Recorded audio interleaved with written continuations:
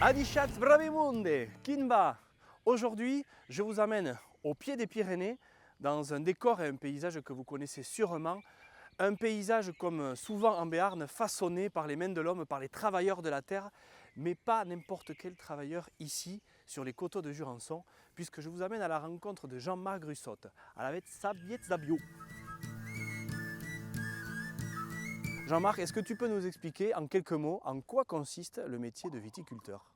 Le métier de viticulteur, c'est travailler sa vigne le plus finement possible pour avoir les raisins les meilleurs possibles, une belle maturité, de l'équilibre, et de faire de ces raisins, les transformer en vin par les phénomènes naturels des fermentations, et mettre ce vin en bouteille, et puis le commercialiser derrière. Alors tu prends soin de cette terre, pour toi ça a évidemment un intérêt particulier.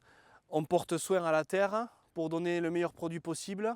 Ça, c'est quand même aussi un marqueur fort de notre identité et aussi de ton travail. J'ai toujours considéré mon métier comme un porteur de culture, quoi, et comme un porteur de précision dans cette terre où rien n'est hasard, y compris les cépages que nous ont laissés nos aïeux, qui ont façonné, qui ont inventé justement le moyen de faire de la viticulture de qualité en terre de Béarn. Et l'idée, c'est de porter la précision du vin, la précision de sa dégustation, la précision de sa complexité, du fait qu'il puisse vieillir avec qualité, de la porter le plus loin possible. Et ça passe par la culture de la terre, justement.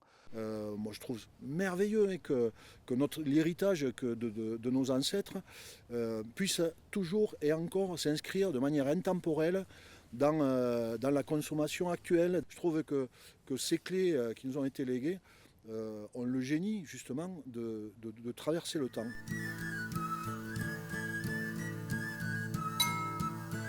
Alors bien sûr, il n'y a pas que les vignerons et viticulteurs du Jurançon et du Béarn qui façonnent notre belle terre. Il y a aussi tous ceux qui pratiquent de l'élevage, en montagne par exemple, ou alors la culture maraîchère et céréalière plutôt en plaine. Car il ne faut pas oublier une chose, le paysan est celui qui façonne le pays, des Biarn, des Ségus.